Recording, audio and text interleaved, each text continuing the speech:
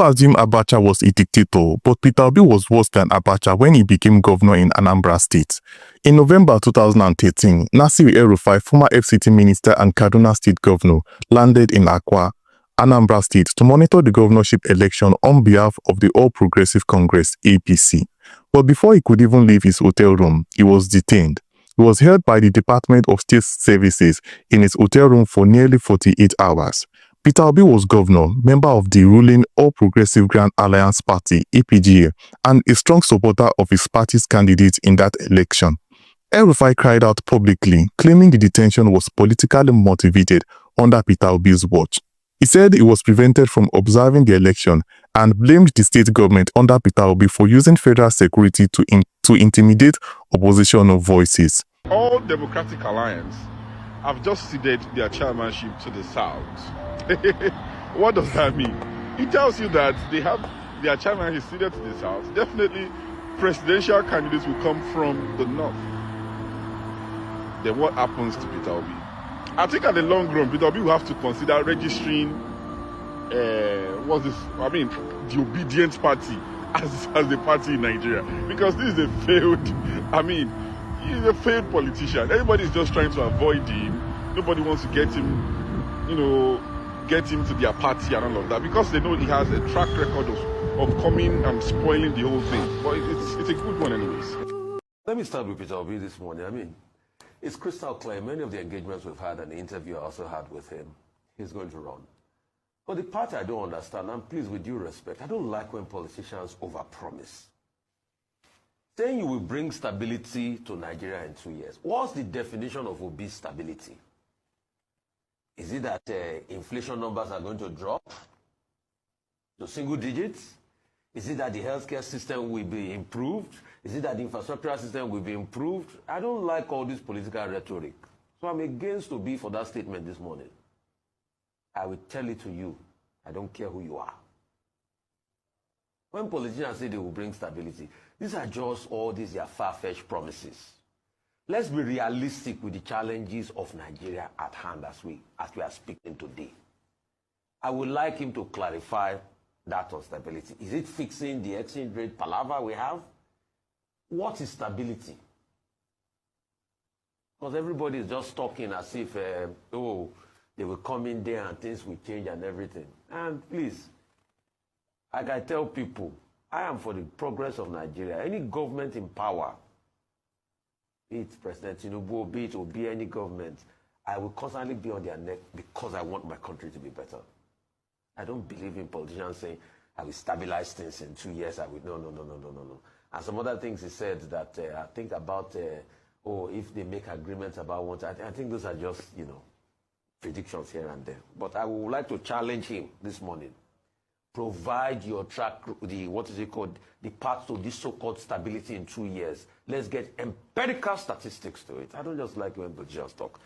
Peter will be on. He'll be say, I get issue with anybody who don't govern this country. At any, whether you be local government or state or you be national, we no fit show me what you do. Make you listen, okay. Because most of them no say I know Peter Obi.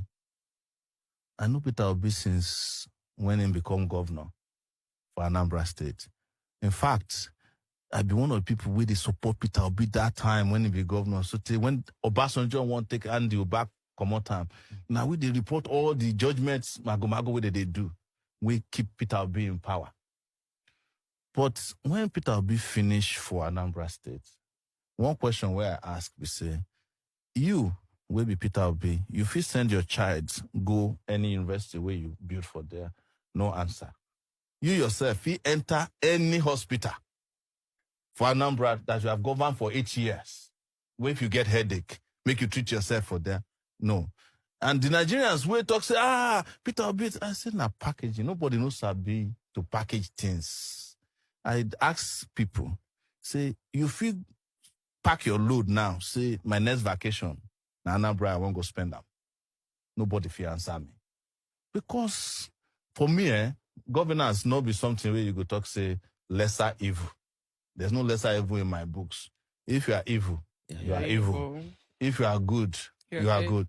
But I am not interfering with people who have emotional attachments to people. Some people, if you talk, say, like a friend of mine said, I don't care whether Peter Obi is good or is the turn of the Igbos. No, he's not. I was younger than him.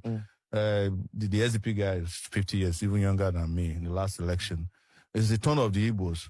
Now I tell the guy, say, who tell you say I not be Igbo? Yes. Are you Igbo? You don't know exactly. Because even South Africa is what they call Bantus. Not be Igbos then be. Now from here, where they go in the Benue Trough. Yes. Go there. Yes. So if you never do DNA test, you know if you know who be Igbo. Some Americans they now when they do DNA test, they discover say they're Igbo. Are you more Igbo than them? Some Jamaicans, mostly Jamaicans also. But that's on a less serious note. So I have a general disdain for non-performance. But what did he do that you can say, now this thing where Peter Obi do? Because you mentioned that you said he's been packaged. So are you telling us that all those things he saved money when he was leaving the office? There was money. So where the money was saved? Which bank in there? He said he was in the bank. He said he was in the bank. Fidelity Bank. So you they accept if another person tell you that kind of story, say he said he's in the So are you saying he's lying? The person will take over from Obiano talks in a lie. The video day. Let's get one thing straight. Peter Obi's political record speaks louder than online noise. As governor, he earned a reputation for prudent financial management and transparency. He left behind billions in reserves when he exited office, something rare in Nigerian governance. He has consistently advocated for reducing the cost of governance, ending waste, and prioritizing education and youth development. None of these align with the traits of a dictator. Calling Obi a liar without providing verifiable evidence only exposes the desperation of those who feel threatened by his growing influence. Obi's rise has always been driven by facts, clarity, and a bold rejection of politics as usual. His data-driven campaign during the 2023 elections brought hope to millions of young Nigerians tired of recycled leaders and broken promises. Those calling him a dictator often confuse decisiveness and principle with tyranny. Obi's refusal to play dirty politics or bow to godfatherism doesn't make him authoritarian. It makes him focused. If anything, the real dictators are those who manipulate elections, silence dissent, and enrich themselves with the masses, while the masses suffer. In a political system plagued with lies, looting, and lawlessness, Peter Obi remains one of the few voices pushing for reform. Whether or not you support this party or you support his party, reducing his legacy to name-calling only weakens our collective political conversation. Nigeria needs serious, honest debate, not mudslinging aimed at silencing progress. Well, let's listen to what others have to say on this. But before then, please kindly like, share, and subscribe.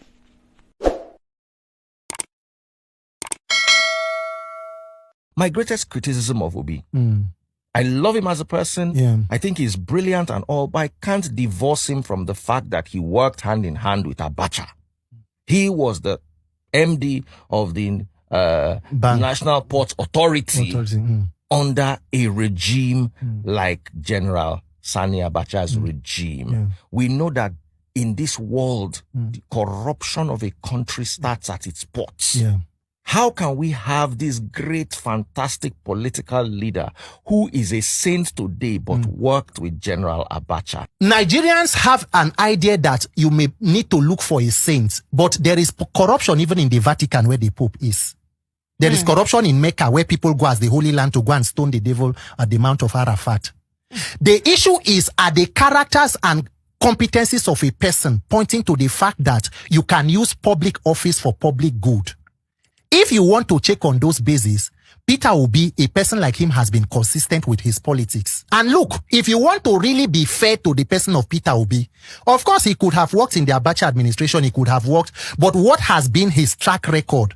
What was his wealth before going into public office as a governor? What did he get after? Remember that for the kind of opposition Peter Obi has been, if there was one thing that the government could have had about Peter, against Peter Obi, he should be in court. Obi when he said that somebody betrayed him, it is not true. Obi is the one betraying himself. And let me tell you the gospel truth. Nobody is murdering Obi's political career. Obi is committing political suicide. Let's put it this way.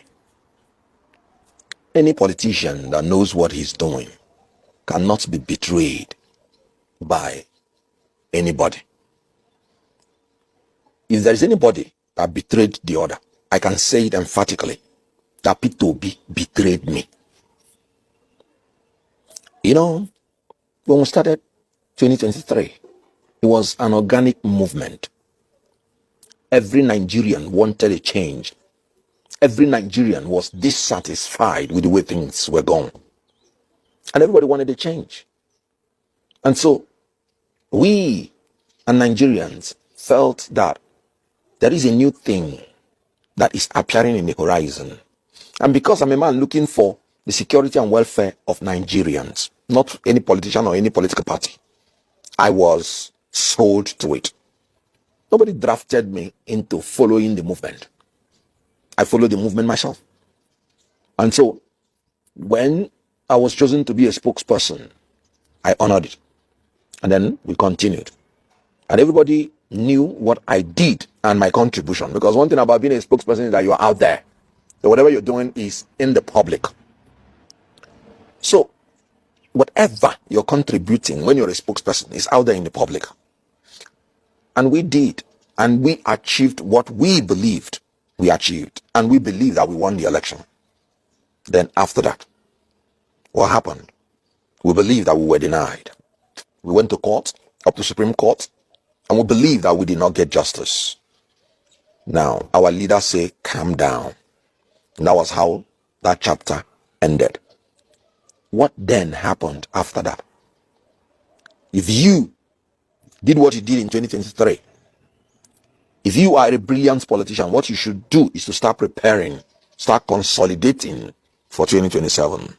And the first platform you start with is your party. In Nigeria, there's no room for independent candidacy. So you must have a party, a political party as your platform. And when we moved into Labour Party, nobody was interested in the structure of the Labour Party because we moved in for the election. So nobody even wanted to ruffle any structure of Labour Party. That was why when people wanted to assault Labour Party, I took it that they wanted to assault our electoral chances, and I fought fiercely against that.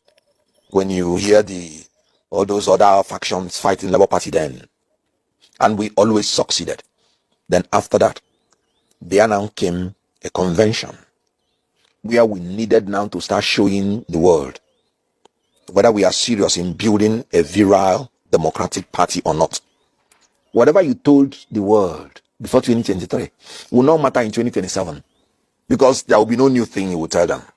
It is what you do from 2023 to 2027 that they will judge you with. And I raised the advice that we said we are fighting against the structure of criminality. We said we are better off even if we lose doing the right thing than winning doing the wrong thing. That this is the litmus test. And then when we entered into the convention, I, as the spokesperson, was not even informed about the convention. I saw it leaked when the letter was leaked in the social media. But because I was not interested in being an executive of the Labour Party or being interested in any elective post, I was like, I wanted to keep quiet until Peter Obi himself came out publicly to say, the people that are doing this convention did not consult people. This convention should not go on. This convention should not go on.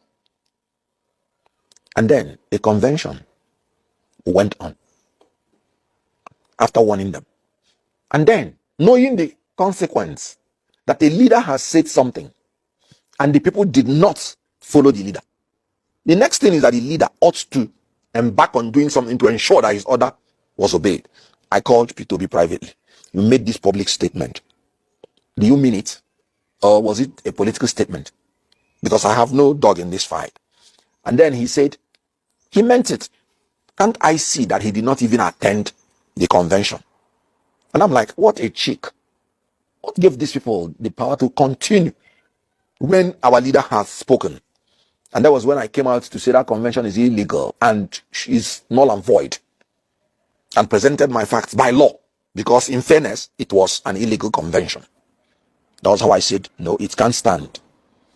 Then you, the P2B that said that, after a little while, they went and lied to people. So I wake up this morning, I see that the Freeze podcast when they interview Randy, you know that the Freeze, very smart guy, wonderful guy, you know, very intelligent. And I hear what he ask or talk for that podcast. He say the reason why he no like Peter Obi, he say he no fit divorce the fact say Peter Obi work with Sani Abacha, that's the late head of state, as the MD for Nigerian Port Authority. And according to him, he said that work when he work with Sani Abacha and of course Nigerian Port Authority, now one of the places where corruption they use and they touch ground. Now make I address this issue. First, that the Freeze. I want make you understand, say, like Randy also attempt to answer you, right? And not feel say he get where we they look for scent to rule Nigeria.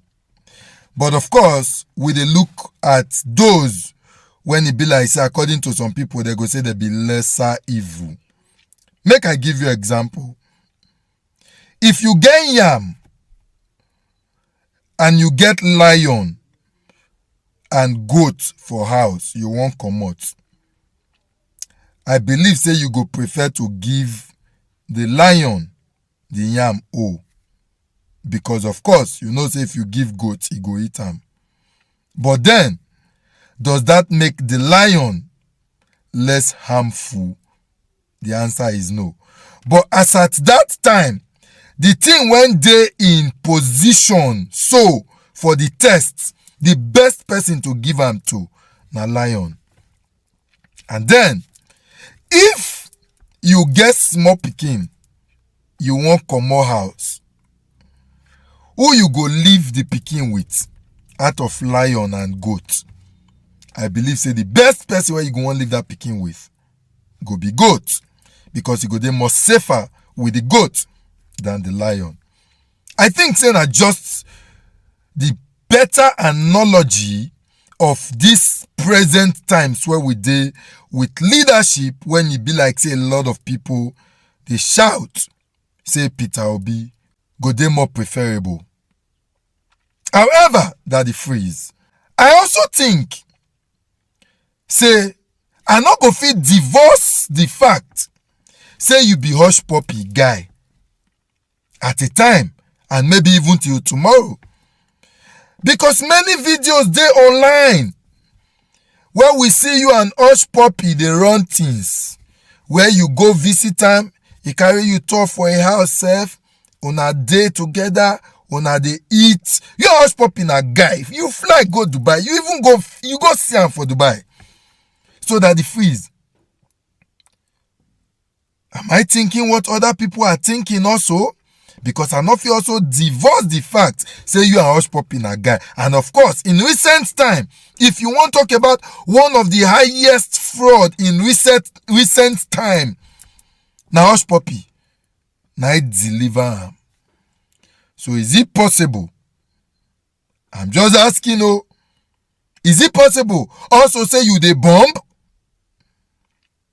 Because you know, when we dey try, they want do some kind comparison, may we also look ourselves, because na the same example be this.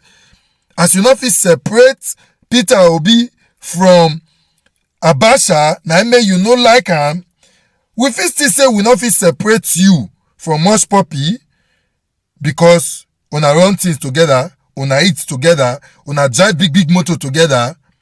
Are you thinking what I'm thinking? Mona tag that the Freeze.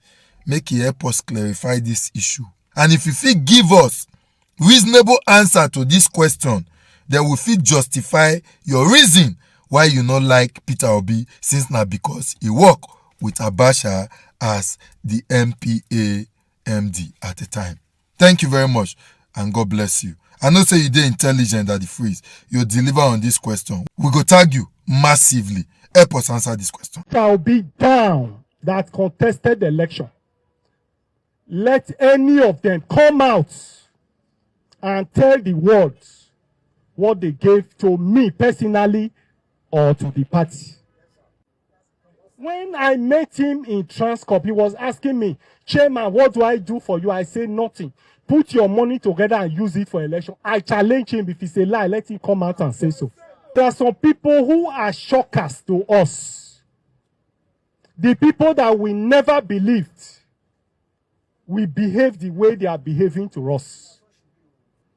We lay down our lives for some of them.